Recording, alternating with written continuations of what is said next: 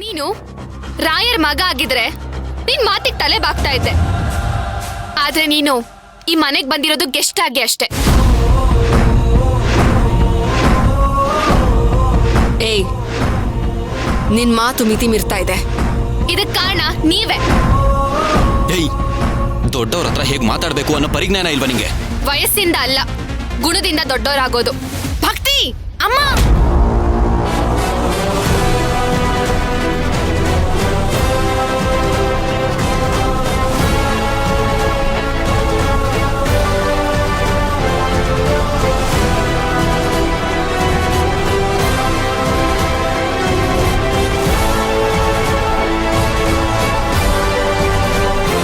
ನೀವೇ ಚಿಕ್ಕಿಗೆ ಏನೇನೋ ಹೇಳಿದ್ದು. ಪಾಪ ಅವಳು ನನಗೆ ಊಟ ಬಡಿಸ್ತಿದ್ಲು. ನೀವು ಏನೇನೋ ಹೇಳಿದ್ರು ಅವಳು ಏನು ಮಾತಾಡ್ಲಿಲ್ಲ. ನೀವು ಚಿಕ್ಕಿ ಅಮ್ಮನ ಬಗ್ಗೆ ಮಾತಾಡಿದಾಗ ಅಚಿಂತ್ಯ, ನೀನ್ ಸುಮ್ನೆ ಇರು.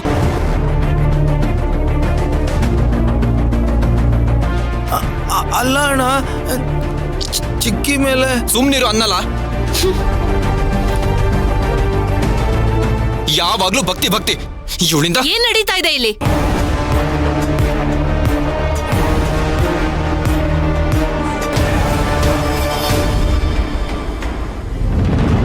ಯಾಕೆ ಭಕ್ತಿ ಮೇಲೆ ಕೂಗಾಡ್ತಾ ಇದ್ದೀರಾ?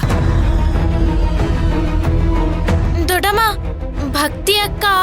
ಏಯ್, ಮುಚ್ಚೆ ಬಾಯಿ. ರಾಯರ್ ಮನೆ ಅಂತ ಬರೀ ಬಾಯಲ್ಲಿ ಗೌರವ ತೋರಿಸಿದ್ರೆ ಸಾಲದು, ಹಾಗೆ ನಡ್ಕೋಬೇಕು. ದಮಯಂತಿ, ಏನಾಯ್ತು ಅಂತ ಸರಿಯಾಗಿ ಹೇಳು. ಅಕ್ಕ, ಇವಳು ಅಚಿಂತಿಂಗೆ ಊಟ ಬಡಿಸ್ತಾ ಇದ್ಲು. ಮಹಿಮಾಗೆ ಅವಳು ತಂದಿರೋ ತಿಂಡಿನ ಕೊಟ್ಲು. ನಾನು ಮಹಿಮಾಗೆ ಎಣ್ಣೆ ಪದಾರ್ಥ ಆಗಲ್ಲ ಯಾಕೆ ಕೊಟ್ಟೆ ಅಂತ ಕೇಳಿದೆ ಅಷ್ಟೇ. ಅದಕ್ಕೆ ಇಷ್ಟು ದಮ ಶುರು ಮಾಡ್ಕೊಂಡ್ಲು. ಸುಳ್ಳು, ಇವ್ರು ಹೇಳ್ತಿರೋದೆಲ್ಲ ಸುಳ್ಳು. ಏಯ್, ಸುಮ್ನೆ ಇರೋ. ದೊಡ್ಡೋರು ಮಾತಾಡ್ಬೇಕಾದ್ರೆ ನಾವು ಮಾತಾಡ್ಬಾರ್ದು. ಅಮ್ಮವ್ರೆ, ಇವ್ರ ಬಾಯಿಂದ ಈ ಮಾತು ಬಂತು ಅಂದ್ರೆ ನನ್ನ ಬಾಯಿ ಜೋರಾಗ್ತಿರ್ಲಿಲ್ಲ. ದೊಡ್ಡೋರೇ ಹೇಳಿದಾರಲ್ಲ, ಎಲ್ಲವೋ ಅಂದ್ರೆ ನರಕ, ಅಯ್ಯ ಅಂದ್ರೆ ಸ್ವರ್ಗ ಅಂತ. ನನಗೆ ಈ ಮಾತಿನ ಅರ್ಥನ ನನ್ ಚಕ್ಲಿ ಸರಿಯಾಗಿ ಹೇಳ್ಕೊಟ್ಟಿದ್ದಾಳೆ.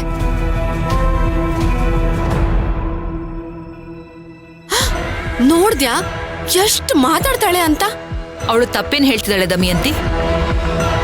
ಓ, ನಿನಗೆ ನನ್ ಮಾತ್ ಮೇಲೆ ನಂಬಿಕೆ ಇಲ್ವಾ? ಅಥವಾ ನಿಂಗೇನಾದ್ರೂ ಇದು ನಂಬಿಕೆ ಪ್ರಶ್ನೆ ಅಲ್ಲ.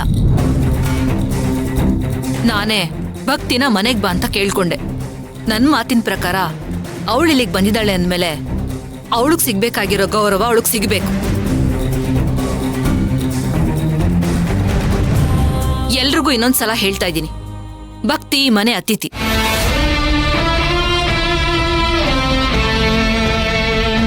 ಅವಳ ವಿಷಯವಾಗಿ ಸುಮ್ನೆ ಯಾರು ಮಾತಾಡೋ ಹಾಗಿಲ್ಲ. ಇದೇ ನಿನ್ ಪ್ರಾಬ್ಲಮ್ ಅಕ್ಕ.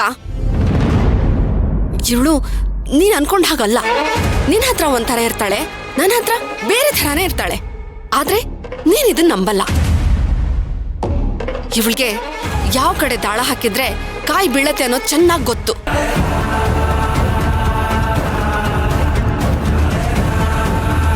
ಅದಕ್ಕೆ ಒಬ್ಬೊಬ್ರ ಹತ್ರ ಒಂದೊಂದ್ ಥರ ನಡ್ಕೋತಾಳೆ. ನನಗೆ ಇಲ್ಲಿ ಯಾರು ಹೇಗ್ ನಡ್ಕೊಳ್ತಾರೆ, ಯಾರು ಹೇಗಿರ್ತಾರೆ ಅನ್ನೋದು ತುಂಬಾ ಚೆನ್ನಾಗಿ ಗೊತ್ತಿರೋ ವಿಷಯ. ಬಹುಶಃ ಇಲ್ಲೇನಾಗಿದೆ ಅನ್ನೋದನ್ನ ನೀವ್ಯಾರು ಹೇಳ್ದೆ ಹೋದ್ರು ಏನ್ ನಡೆದಿರತ್ತೆ ಅನ್ನೋ ಅಂದಾಜು ನನಗೆ ಖಂಡಿತವಾಗ್ಲೂ ಇದೆ.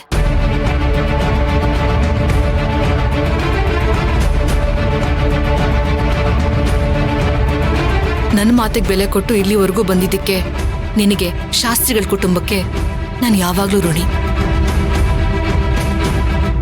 ಇಲ್ಲೇನೇ ಆಗಿದ್ರು ಅದೆಲ್ಲದಕ್ಕೂ ನಾನು ನಿನ್ನ ಹತ್ರ ಕ್ಷಮೆ ಕೇಳ್ತೀನಿ. ಅಯ್ಯೋ ಅಮ್ಮವ್ರೆ, ಹೀಗೆಲ್ಲ ಹೇಳ್ಬೇಡಿ. ನಿಮ್ ಬಾಯಿಂದ ಕ್ಷಮೆ ಕೇಳುವಷ್ಟು ನಾನ್ ದೊಡ್ಡೋಳಲ್ಲ.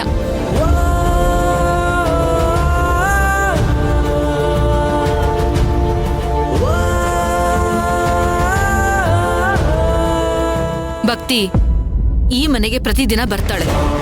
ಅಚಿಂತನ್ಗೆ ಊಟ ತಗೊಂಡ್ ಬರ್ತಾಳೆ. ಇದನ್ನ ಪ್ರಶ್ನೆ ಮಾಡೋ ಅಧಿಕಾರ ಯಾರಿಗೂ ಇಲ್ಲ.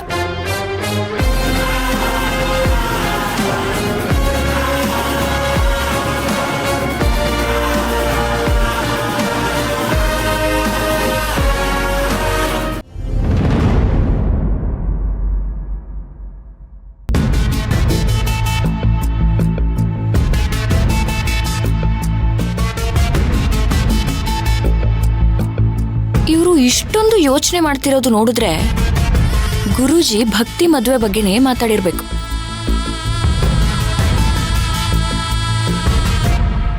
ಅತ್ತೆ ತಗೊಳ್ಳಿ. ಸ್ವೀಟಾ?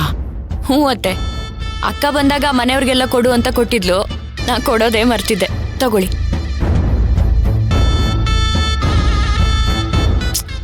ಏನತ್ತೆ ನೀವು, ನಾನೇನ್ ನೈವೇದ್ಯಕ್ಕೆ ತಂದಿದ್ದೀನಾ? ತಗೊಳ್ಳಿ, ತಿನ್ನಿ. ಸಾಕಮ್ಮ, ನೀನ್ ತಿನ್ನು. ನಿನಗೆ ಹೇಗಿದ್ರು ಸಿಹಿ ಅಂದ್ರೆ ತುಂಬಾ ಇಷ್ಟ ಅಲ್ವಾ? ಗುರೂಜಿ ಬಂದ್ ಹೋದಾಗಿಂದ ನೀವು ತುಂಬಾ ಡಲ್ ಆಗಿದ್ದೀರಾ. ಹಾಗೇನಿಲ್ಲ ಅತ್ತೆ, ನಾನೇ ನಿಮ್ಮನ್ನ ನೆನ್ನೆ ಮೊನ್ನೆಯಿಂದ ನೋಡ್ತಾ ಇದ್ದೀನಾ? ಏನಾಯ್ತು ಅಂತ ಹೇಳಿ. ವಿಷಯ ತುಂಬಾ ಗಂಭೀರ ಇದ್ರೆ ಅದಕ್ಕೆ ಪರಿಹಾರ ಹುಡ್ಕೋಣ. ಆ ಥರ ಏನು ಇಲ್ಲ ರಾಗಿಣಿ. ನಾನ್ ನಂಬಲ್ಲ ಅತ್ತೆ. ನೀವು ನನ್ನನ್ನ ಮಗಳು ಅಂತ ಹೇಳಿದ್ಮೇಲೆ ಅಮ್ಮನ ಸಮಸ್ಯೆಯಲ್ಲಿ ನಾನು ಪಾಲಾಗ್ಬೇಕು ತಾನೆ? ಅದೇನು ಹೇಳಿ ಅತ್ತೆ. ದಯವಿಟ್ಟು ಈಗ ಗುರುಜಿ ಹೇಳಿರೋ ವಿಚಾರನ ಇಲ್ಲೇ ಈಗ್ಲೇ ಎಲ್ರೂ ಮರ್ತ್ ಬಿಡೋಣ. ರಾಗಿಣಿ, ನೀನ್ ಅನ್ಕೊಂಡ ಹಾಗೆ ಏನೂ ಇಲ್ಲ. ಏನೂ ಇಲ್ಲ ಅಂದ್ಮೇಲೆ ಗುರುಜಿ ಎಲ್ರ ಮುಂದೆನೆ ಮಾತಾಡ್ತಿದ್ರು. ಓ ಅದಾ, ಗುರುಗಳು ಯಾವುದೋ ಮುಖ್ಯವಾದ ಪೂಜೆ ಬಗ್ಗೆ ಮಾತಾಡ್ಬೇಕು ಅಂತ ಹೇಳಿದ್ರು ಅಷ್ಟೇ.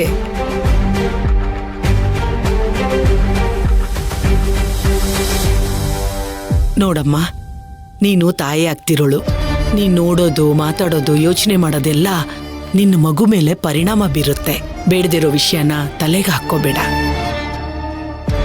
ಇಷ್ಟಕ್ಕೂ ಮನೇಲಿ ಏನಾದ್ರೂ ಸಮಸ್ಯೆ ಆದ್ರೆ ನಿನಗ್ ಗೊತ್ತಾಗ್ದೇ ಇರುತ್ತಾ? ಮುಂದೆ ಶಾಸ್ತ್ರಿಗಳ ವಂಶನ ನಿಭಾಯಿಸ್ಬೇಕಾದವಳು. ಮಾತಲ್ಲೇ ಬೆಣ್ಣೆ ತೆಗಿತಿದಿರಲ್ಲತ್ತೆ. ಇಷ್ಟೊತ್ತಾಗಿದೆ, ನೀನಿನ್ನೂ ಊಟ ಮಾಡ್ಲಿಲ್ವಾ? ಹೋಗು, ಊಟ ಮಾಡಿ ಕಣ್ ತುಂಬಾ ನಿದ್ದೆ ಮಾಡು. ಜಾಣೆ. ಇನ್ನು ಎಷ್ಟು ದಿನ ವಿಷಯ ಮುಚ್ಚಿಡ್ತೀರಾ? ನಾನು ನೋಡ್ತೀನಿ.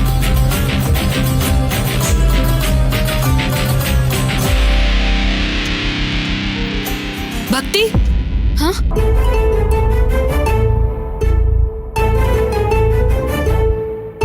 ಅಮ್ಮವ್ರೆ, ನಾನು ಹಾಗೆ ಮಾತಾಡ್ಬಾರ್ದಾಗಿತ್ತು. ನಿನ್ನನ್ನ ಚಿಕ್ಕ ಹುಡುಗಿಯಿಂದನೂ ನೋಡ್ತಾ ಇದ್ದೀನಿ. ಇಷ್ಟೊಂದು ಹಿಂಜರಿಕೆಯನ್ನ ಮಾತಾಡೋ ಅವಶ್ಯಕತೆ ಇಲ್ಲ. ನಾನು ಮಾಡಿದ ತಪ್ಪು ಅಂತ ನಿಮ್ಗೆ ಖಂಡಿತ ಅನ್ನಿಸ್ಲಿಲ್ಲ. ಅನ್ಸಿದಿದ್ರೆ ಅಲ್ಲೇ ನಿನ್ನನ್ನ ಪ್ರಶ್ನೆ ಮಾಡ್ತಿದ್ದೆ.